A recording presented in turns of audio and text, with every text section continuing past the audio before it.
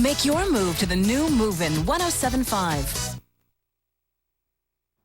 Welcome to World News. Tonight, new urgency for a new approach in Iraq, where a new phase of hostilities has begun. Can President Bush find help from the other nations in the Middle East? Fatal fallout. Investigators traced the poison that killed a former KGB agent, a trail that may lead to the highest levels of government.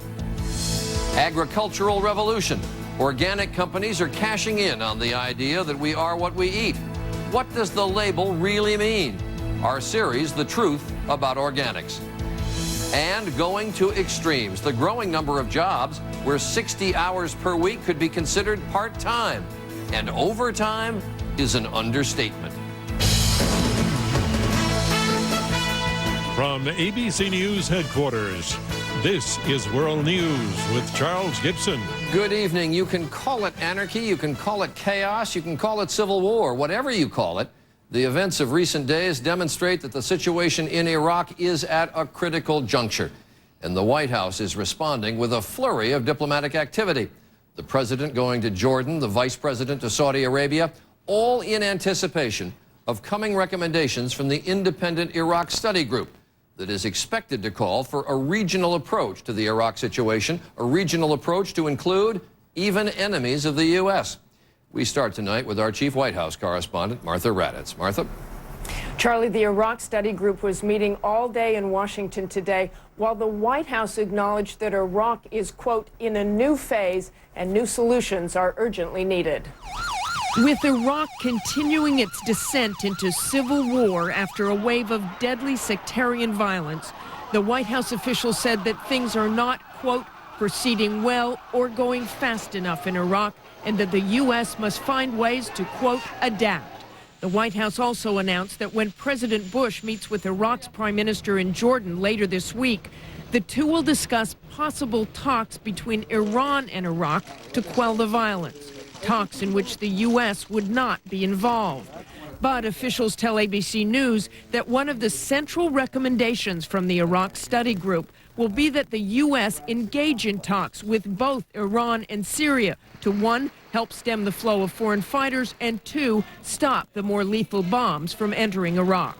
The reason why Syria or Iran might want to cooperate with us is because this gives them stature. It gives them power in the region. In effect, they would be operating with America as equals. An administration official says it is unlikely that President Bush will accept that recommendation, but that there are two other recommendations the president would look at favorably. One, to double or triple the number of U.S. soldiers embedded with Iraqi security forces. Two, give the Iraqi government a strong message that the U.S. military support will not go on indefinitely. As for timetables for withdrawal, the president has been adamant that will not happen. An official tells ABC News that the ISG is, quote, massively divided on the question of timetables or whether or not to suggest additional troops for a short period of time. It's unlikely that any of these study groups is going to come up with a radically new strategy that no one has seen before. It's unlikely that we're going to see something completely different in terms of a totally different course of action. Meanwhile, the administration is coming up with parallel efforts, Charlie, through the chairman of the Joint Chiefs of Staff and the National Security Council trying to do something different that they might agree on with the Iraq study group, or they might disagree, and this, in a way, is a sort of cover. Martha Raddatz reporting tonight from Washington. We're going to go next to Baghdad, where a three-day curfew that began after last week's devastating attacks has now been lifted. And ABC's Hillary Brown is there. Life returned to the streets of Baghdad today. And for many, that meant taking care of the dead. Because in spite of the three-day curfew, at least 30 people were killed, Sunnis and Shiites in almost equal number. I see coffins here every day, says this Baghdad resident. In the mainly Shiite district of Karada, the bodies of 3 people were carried through the streets. They were killed as they prayed in a mortar attack on their mosque. And in Sadr City, a Shiite stronghold, a memorial service was held for 10 people killed on Sunday in what police say was a shootout between gunmen and U.S. soldiers. The mourners chanted, "No to America." In the wake of the massacre last Thursday that killed 230, people are now living in a new climate of fear of another, more vicious wave of revenge killings. Yesterday, this well-known Sunni website posted a 10-point plan on how to defend neighborhoods against Shiite death squads on the rampage. Put snipers on high buildings, it says. Be ready with your AK machine guns. Have roadside bombs ready at every entry point. Sunnis are getting text messages warning that the Shiite militias are getting ready to kill them wholesale. The fear is of more scenes like this one, scenes that are already part of normal life in this savage place. Hillary Brown, ABC News, Baghdad.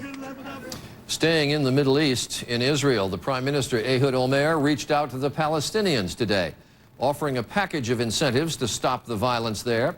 He promised to reduce checkpoints, release frozen Palestinian funds, and free prisoners in exchange for a serious push for peace. It was the most conciliatory gesture yet by Olmert, but the Palestinian cabinet, led by Hamas militants, accused him of posturing. In London, potential clues surfaced today in the radiation poisoning death of former Russian spy Alexander Litvinenko. The major questions remain: who poisoned him? And if the Russian government was involved, how does the world respond? ABC senior foreign correspondent Jim Sciutto is in London.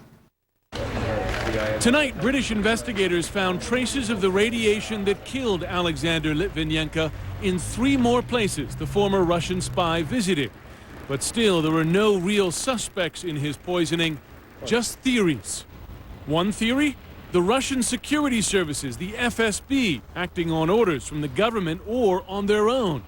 Another, President Vladimir Putin's enemies orchestrated the murder to embarrass him. And more bizarrely, that Litvinenko killed himself. There are clues in the weapon. Radioactive polonium-210 is manufactured only in nuclear reactors and sometimes used in spacecraft. Russia has both. But it can also be found in commercially available photo equipment like this. It's a lot easier to get a lethal dose of polonium and to prepare it for administration than we thought on the weekend. I think there's a lot of people could do this. But who had the motive? Litvinenko accused President Putin of murdering his critics and secretly planning a major terrorist attack in 1999 to help justify the second invasion of Chechnya. Litvinenko was also a one-time KGB agent who turned on his former colleagues, accusing them of murder for hire. The Russian government's record is far from encouraging. Since Putin came to power in 2000, 13 Russian journalists and more than 30 other critics of the regime have been killed. Many of their deaths, like Litvinenko's, orchestrated with just enough uncertainty to avoid ever being solved. If there's no hard proof, Western governments can do what they want at this point. They can continue to say, we have to do business with Russia. It's an important country. Tonight, though, British officials are demanding cooperation from Russia. They summoned the Russian ambassador to convey the message to Moscow. It should offer all necessary help in the investigation. Jim Sciutto, ABC News, London. And still in Europe, an extraordinary security mobilization is underway in Turkey tonight ahead of Pope Benedict's 4-day visit, which begins tomorrow. Benedict upset Muslims with comments linking Islam and violence. Turkish officials are taking no chances, deploying riot police, snipers, and armored vehicles, tighter security than when President Bush paid a visit 2 years ago. ABC's David Wright is in Istanbul. The Vatican is so worried about hostile crowds that Benedict won't be using the Pope mobile at all this trip. Instead, he'll ride in more heavily armored cars with several decoys. Beneath his papal cassock, he may even be wearing a bulletproof vest. As he prepares to embark on his first papal trip to a Muslim country, Benedict expressed esteem and sincere friendship for the Turkish people. But thousands who gathered in Istanbul don't share that goodwill. The banners they carried said, Papa Gelmesin, Pope, don't come. Everyone is watching very closely as he goes to Turkey to see how he will engage with Muslims in dialogue, how he will be received by Muslims. The trip was scheduled before Benedict made his controversial remarks, suggesting that Islam is irrational and violent. Zeig mir doch, was Mohammed. That speech hardened many people's opinions here. It's going to take all his skills, not just as a religious figure, but as a diplomat, to make this work. Over the weekend, the Vatican took the unusual step of adding an extra stop to the Pope's itinerary, a visit here to Turkey's most famous mosque. It's a last-minute addition, but officials said the Pope wanted to come to the Blue Mosque to show his respect for Islam. David Wright, ABC News, Istanbul. And still ahead, the fastest-growing segment of the food industry. As organic food goes mass market, will standards suffer? At the beginning of our special series, The Truth About Organics. Why did New York police fire 50 shots at 3 unarmed men? Was it a fatal case of contagious shooting? And when a 60-hour week is not enough, the corporate warriors working extreme hours, the new price of success. This is World News with Charles Gibson, brought to you by Nasonex. Nasal allergy symptoms like congestion can occur at any time, and it's hard to avoid the things that cause them. Prescription Nasonex helps relieve congestion and other nasal allergy symptoms. Maybe that's why 4 million nasal allergy sufferers used Nasonex last year. Side effects were generally mild and included headache, viral infection, sore throat, nosebleeds, and coughing. For more information, talk to your doctor. Nasonex keeps congestion and other nasal allergy symptoms on the run, day and night. I have high blood pressure, but I was surprised to find out it might lead to erectile dysfunction. You think you know everything about diabetes, but no one ever told me it could lead to ED. So I talked to my doctor. He said that certain health conditions like high blood pressure or diabetes may lead to ED, and that Levitra can help. Doctors know Levitra works for men with ED, even those with high blood pressure or diabetes. Levitra is only for men healthy enough for sexual activity. If you have heart problems or are on alpha blocker therapy, talk to your doctor before taking Levitra. Do not take Levitra if you take nitrates for chest pains, as this may cause an unsafe drop in blood pressure. Side effects may include headache, flushing and stuffy or runny nose. To avoid long-term injury, seek immediate medical help if you experience an erection lasting longer than 4 hours. If you have any sudden decrease in vision, stop taking Levitra and call your doctor right away. Talking to my doctor took a lot off my mind. You should talk to your doctor about Levitra. The more you know about ED, the more you'll want to know about Levitra. When Dad was first diagnosed with Alzheimer's, I thought, what if I have to put him in a nursing home? I talked to his doctor and found out more about prescription Aricept. It's thought that Aricept may reduce the breakdown of a vital chemical in the brain. As the disease advances and more nerve cells that make this chemical are lost, the overall effect of Aricept may lessen. Our doctor said Aricept was one treatment option for mild to moderate Alzheimer's disease. Studies show it helps maintain overall function, which may include effects on memory and behavior.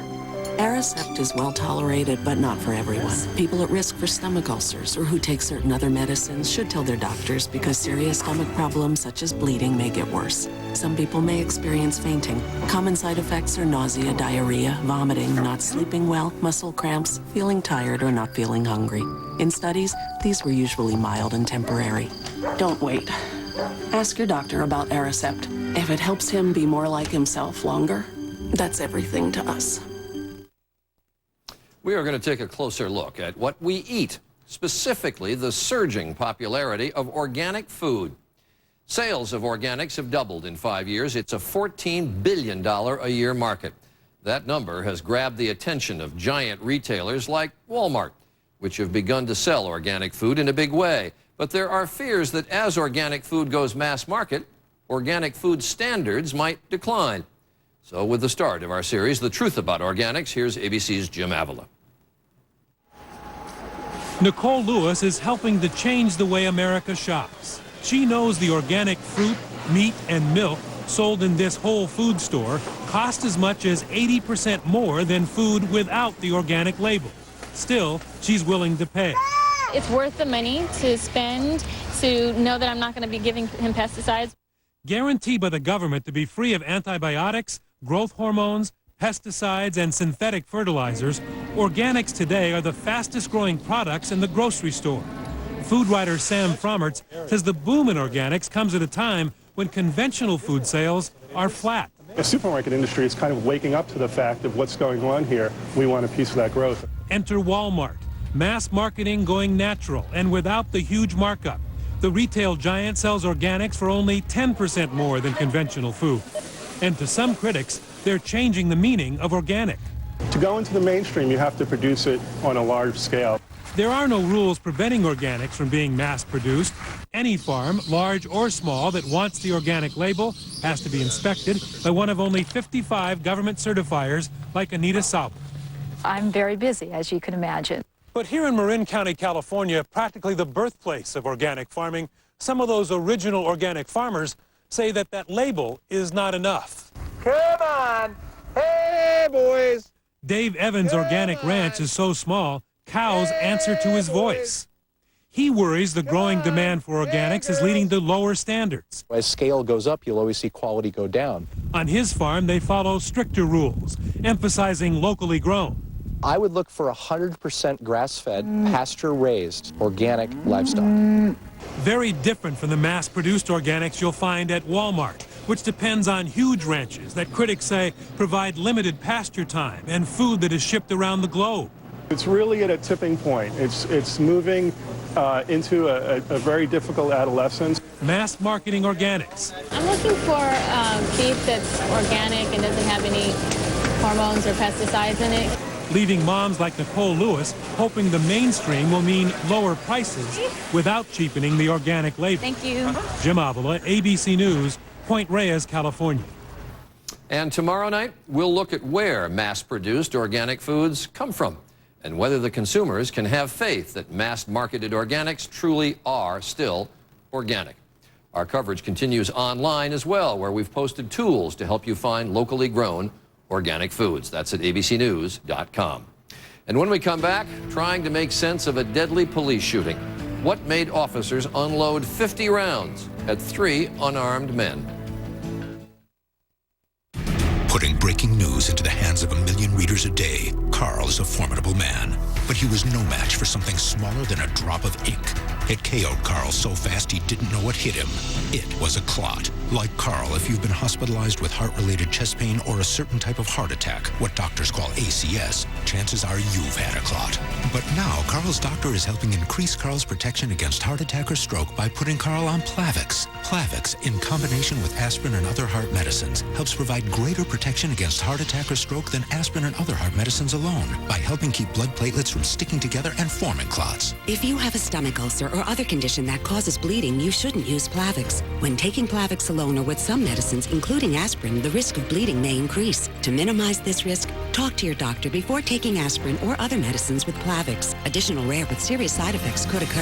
Ask your doctor about Plavix today, because no matter how formidable you are, you're no match for a dangerous clot.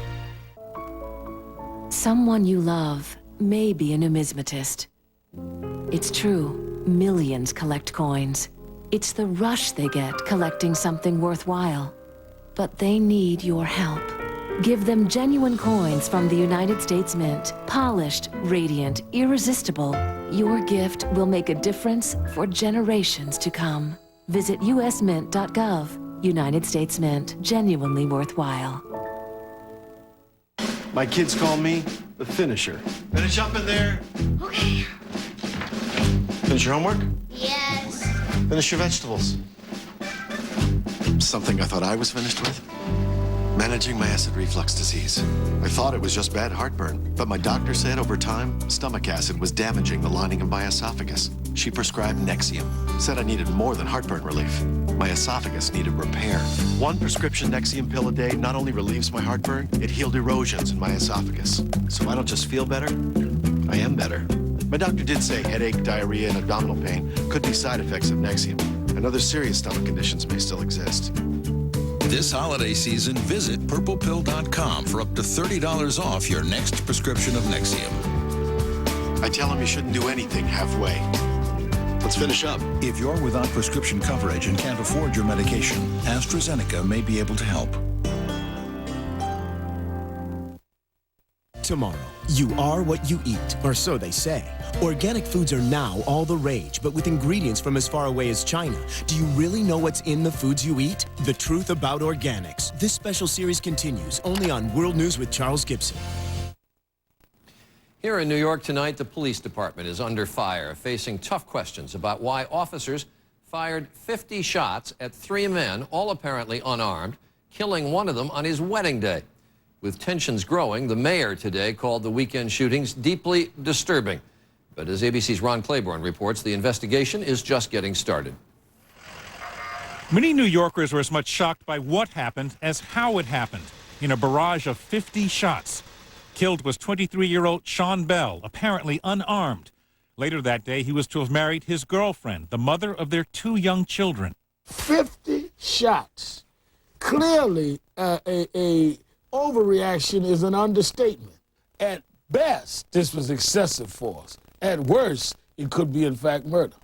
It's hard to understand why 50-odd shots should be taken. To me, that sounds excessive and unacceptable.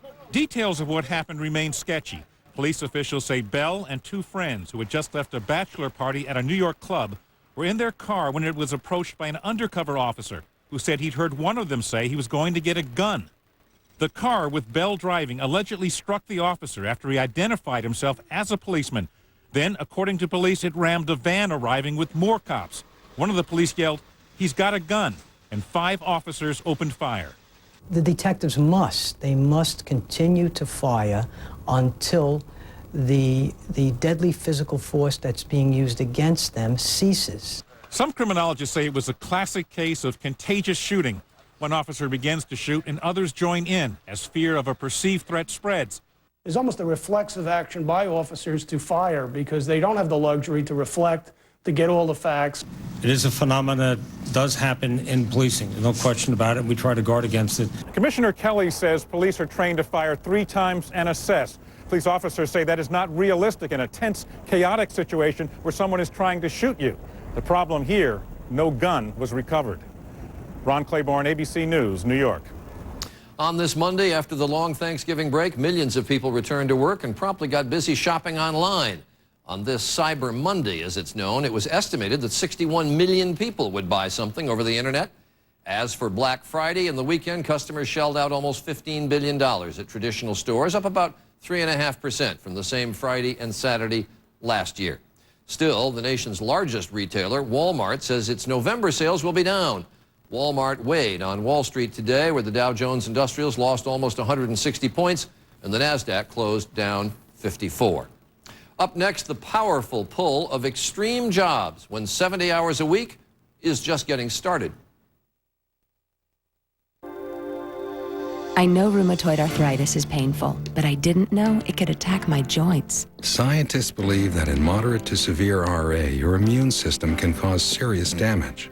But Enbrel enables me to fight progressive joint damage. Enbrel works on your immune system to suppress inflammation, help relieve pain and fatigue, and keep joint damage from getting worse. Enbrel gives me energy to do many of the things I love. Because prescription Enbrel suppresses your immune system, it may lower your ability to fight infections, such as an open sore or the flu.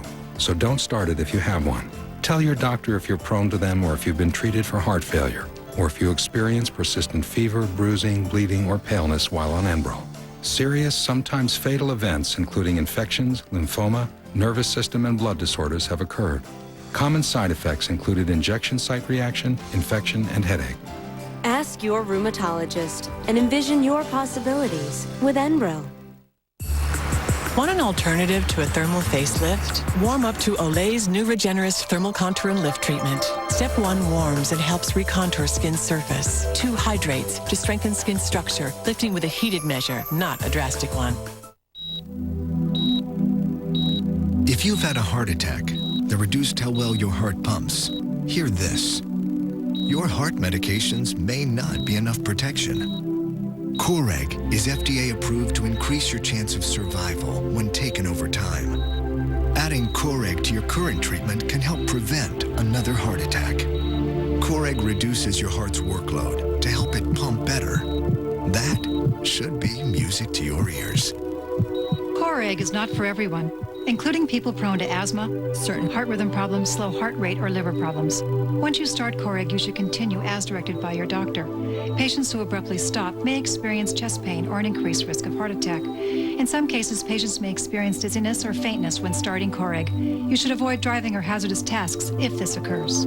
Ask your doctor if Coreg is right for you. Adding Coreg adds cardio protection. Cutting down on your coffee? Not to worry. Introducing Simply Smooth from Folgers, a coffee for sensitive stomachs with the mountain-grown taste and aroma you love. Folgers Simply Smooth. Go ahead, have a second cup. Learn more at Folgers.com. I'm Steve Dunn. Next, the Northwest's only all-local newscast. It could get worse. We'll show what to expect for tomorrow as temperatures drop, and they survive for 2 days trapped on the mountain. How they do it? Find out at 6:30. You've heard the expression, what you don't see can't hurt you. But what don't you or your children see in everyday life that's more dangerous than you'd ever imagine? Tomorrow, Good Morning America asks, how safe are you? Before you answer that, don't miss this vital GMA special series tomorrow. Finally tonight, pushing the limits of working long and hard. This involves so-called extreme jobs, 70 and 80 hours a week and more. High-pressure work that often comes with a very high salary and a very heavy personal toll. Almost 2 million Americans now fall into this fast-growing category. Tonight, ABC's Betsy Stark has an exclusive first look at a new report on what these workers do and why. In Orlando, the vacation capital of the world, we met a man who rarely vacations. 35-year-old David Shantz, representing the defendants. A trial lawyer hoping to make partner at his firm.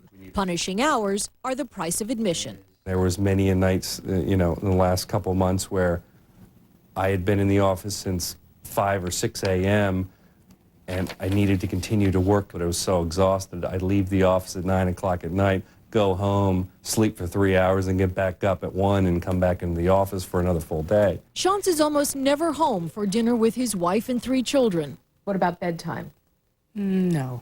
What about the mornings? He usually leaves before they get up. The kind of success I want, I don't see any other way to do it. Success has always demanded hard work, but technology, globalization, and leaner workforces are intensifying the demands. It used to be the 40-hour work week, then it was the 60-hour work week, which now is practically part-time. Now, the Harvard Business Review says 52% of the nation's top income earners work more than 70 hours a week, and nearly half say they are working 16 hours a week more than they did just 5 years ago. These top performers say it's not just long hours that define their jobs. The pace of work is faster. There's travel, deadlines, availability 24/7, and enough responsibility to keep several people busy. Still, the overwhelming majority say they love their jobs. For many, the financial rewards are also over the top. And researchers say many of these professionals get enormous ego satisfaction from their ability to handle the pressure. If you look at the culture, we're really in a culture that embraces extreme today. The concept, the phenomena, and the word itself. From extreme sport to extreme makeovers, even extreme Elmo, extreme jobs are just another part of the picture. Can you work another 30 years this way? God willing, yes. Betsy Stark, ABC News, Orlando. And that is World News for this Monday. I'm Charlie Gibson. I hope you had a good Thanksgiving holiday and a good day today. For all of us at ABC News, have a good night. ABC Tonight, the slacker mom, the spying mom, and the meanest teen queen ever. I will watch you 24/7. No! It's the biggest battle of the season. All new Wife Swap, tonight at 8/7 Central, only on ABC. Now, on K2 News at 6:30, from fender benders to rollovers, snowy conditions cause problems all over. How tomorrow's commute could be more dangerous. Plus, had to try and just be the strong one because I knew that, they were going to be worried if I got worried. the family that survived 2 days in the snow speaks out what you can learn from their ordeal. And hear from the woman saved from a burning home by 2 little dogs. Live at 6:30, K2 News, the spirit of the Northwest. Good evening. Thanks for joining us tonight. I'm Deborah Knapp. And I'm Steve Dunn. If today's commute was any indication, tomorrow morning's drive could be worse as temperatures dip below freezing. Today's snow brought plenty of this. Cars sliding off the road. This one was in Astoria. It was a similar situation in Hillsborough as drivers lost control. One woman spun around and rear-ended another car. And on Highway 30, a beer truck went off the road and